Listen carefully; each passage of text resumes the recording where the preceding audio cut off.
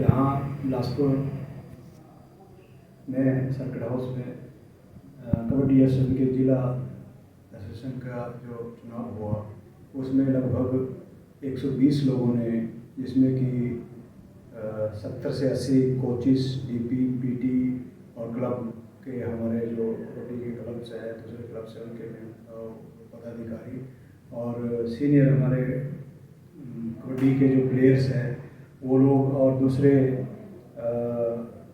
कबड्डी के खिलाड़ी और जिनको राष्ट्रीय स्तर पर ख्याति प्राप्त खिलाड़ी, सब लोग यहाँ पे शामिल हुए और सब ने यूनिवर्सली ये निर्णय लिया कि मुझे प्रधान पद पे काम करना है और आज यहाँ मुझे एज ए कबड्डी जिला एसोसिएशन का प्रधान इन्होंने नियुक्त किया है, चुना है। इसके लिए तो मैं सबका धन्यवाद करता हूँ। और हमारा जो अगला जो कबड्डी के लिए जो कबड्डी के उत्थान के लिए जो कार्यक्रम रहेंगे उसमें हम बढ़ चढ़ के भाग लेंगे, क्योंकि कई दिनों से देखा जा रहा था कि कबड्डी हमारी बिलासपुर में कबड्डी का स्तर जो गिरता जा रहा था।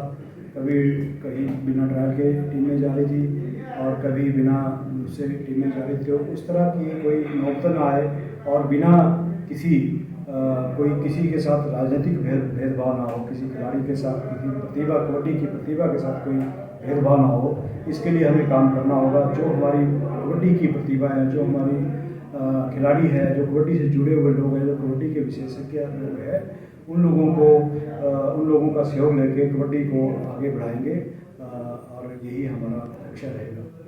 जी सर। उपस्थित हमारे जितने भी कबड्डी एसोसिएशन के जो हमारे पुराने प्लेयर हैं या स्कूलों से निकले हुए जो हमारे कबड्डी के प्लेयर हैं, हमारे जितने डीपीज़ हैं जो आजकल स्कूलों में तैनात हैं, या हमारे कुछ कबड्डी के लिए जिन्होंने पूरा समर्पण से काम किया है, वो कुछ रिटायर हुए हैं स्पोर्ट्स डिपार्टमेंट से, कुछ साई से भी रिटायर हुए हैं। और आज की तारीख में आज मैं आपसे कहना चाहूँगा, एक लड़की हमारी विशेषता है मीनाक्षी है, जो अभी वर्ल्ड चैम्पियनशिप हुई थी उसमें इन्होंने भारतवर्ष की टीम का प्रतिनिधित्व किया था और हिंदुस्तान को पूरे वर्ल्ड में जो गोल्ड मेडल मिला था उसमें हमारी ये पंजैल से ये लड़की जो है वो उसमें हिंदुस्तान की टीम में हिस्सा लेके आई है। वो भी यहाँ पे आई है, मैं इनका भी स्वागत करता हूँ। और बहुत सारे प्लेयर्स हैं जो या तो स्पोर्ट्स कोटे में अलग अलग डिपार्टमेंट्स में काम कर रहे हैं, लेकिन उन्होंने कबड्डी के लिए, खेलों के लिए अपना सर्वस्व न्यौछावर किया है। आज ही के कार्यक्रम में हमारे डीवाईएसओ रहे हैं यहाँ पे बिलासपुर में, आज कल ये रिटायर हो गए हैं, श्यामलाल जी, वो भी यहाँ पे शामिल हुए हैं। हमारे देशराज जी हैं। देशराज जी के बारे में तो बहुतों ने कहा कि ये हमारे हिंदुस्तान की टीम के साथ भी बाहर होके आए हैं। तो इसलिए मैं कहना चाहूँगा कि सारे हमारे, चाहे वो इंटरनेशनल लेवल पे हमारे एम्पायर्स एंड रेफरीज हैं, और उनमें भी मैं आपसे कहना चाहूँगा यहाँ पे ये वो शामिल हैं कि जब भी कबड्डी के मैचेस होते हैं तो हिमाचल प्रदेश के जो एम्पायर्स हैं, जो रेफरीज हैं, वो भी अपनी भूमिका जो है वो अदा करते हैं। आज के कार्यक्रम में क्योंकि लंबा चौड़ा आपका कार्यक्रम था, मैं क्योंकि बाद में यहाँ पे आया हूँ तो मुझे नहीं मालूम कि आपने यहाँ पे क्या क्या फ़ैसला किया है, लेकिन क्योंकि अगर मान लो 125 आदमी यहाँ पे जो मैदान से निकले हैं वो इकट्ठे हुए हैं, तो इसका मतलब ये है कि ये एक अच्छा गुड नंबर है। और जो आप लोगों ने सोचा है कि जो गांव में हमारी खेल खेली जाती है कबड्डी, उसके लिए जो अगर मान लो इतना समर्पण आप लोगों में है, तो इसका मतलब ये है कि कुछ ना कुछ कहीं ना कुछ घटित हुआ है। और साथ में मैं आपसे भी कहना चाहूँगा कि नंदलाल ठाकुर जी हैं जो हमारे कबड्डी फेडरेशन ऑफ इंडिया के, ये हमारे टेक्निकल कमेटी के चेयरमैन भी रहे हैं, ये चाइना में भी भारतवर्ष की सरकार की ओर से, फेडरेशन की ओर से वहाँ पे कबड्डी गेम को गाँव में और शहरों में ले जाने के लिए वहाँ पे भी ट्रेनिंग देने के लिए गए थे। और मैं इतना कह सकता हूँ कि बहुत सारे कृष्ण लाल जी हैं, ये हमारे रिटायर्ड कोच हैं ठाकुर जी, जो यहाँ पे उपस्थित हुए हैं, जो प्रदेश के जनरल सेक्रेटरी भी रहे हैं कबड्डी एसोसिएशन के, और बहुत सारे लोग हैं जो मैं इन सबको इकट्ठा जो है वो आज याद करना चाहूँगा।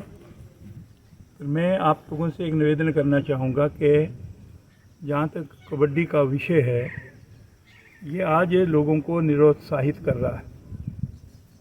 निरुत्साहित ऐसे कर रहा है कि मैं यहीं की बात नहीं करूँगा, अगर आप राष्ट्रीय स्तर की बात करें तो कोई समय था कि कबड्डी अभी एशियन गेम भी नहीं थी, यहाँ तक कि साउथ एशियन फेडरेशन गेम भी जो है वो कबड्डी नहीं थी।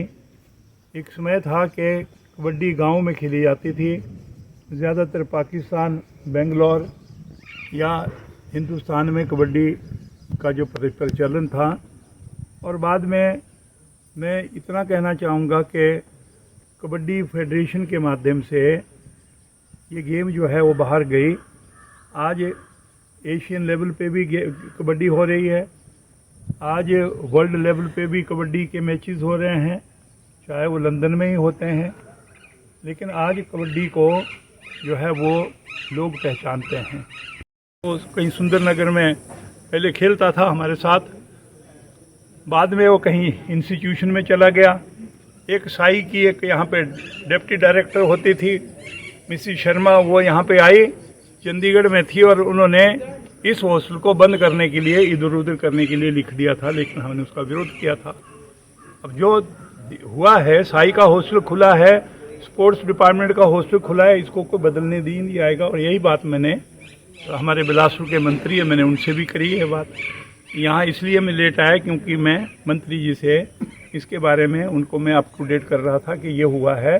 बिलासपुर के लिए अन्याय होगा अगर मान लो ये स्पोर्ट्स इंफ्रास्ट्रक्चर अगर ख़राब हो जाएगा और यहाँ पे जाली लोगों को खिलाना शुरू कर दोगे, और पैसा लेके अगर आप मान लो ट्रायल पे जो है ना 1000 500 रुपये ले लो, और स्टेट टीम में आने के लिए 25 हज़ार रुपये अगर ले लो, तो मैं कहूँगा इससे बड़ा दुर्भाग्य जो है स्पोर्ट्समैन का नहीं होगा और कबड्डी के प्लेयरों का तो होगा ही नहीं। मैं आपसे कहना चाहता हूँ सर, इसलिए सारे इकट्ठे कोशिश हुई है कि इस हॉस्टल को यहाँ से बदल दिया जाए। और जब आपने कोच नहीं रखा यहाँ पे जो है ना, फिर कबड्डी चलेगी कहाँ पे। नहीं जोड़ना चाह रहा था, लेकिन आपने मेरे को गुस्से दिया इस तरह पे भी मैं इसके ऊपर भी बात करूँ, लेकिन ये गलत है। जब कबड्डी गेम यहाँ पे है तो यहाँ पे कोचेज भी होने चाहिए। अगर साई का कोच अगर यहाँ नहीं हो साई हॉस्टल में, तो उससे बड़ा दुर्भाग्य नहीं हो सकता।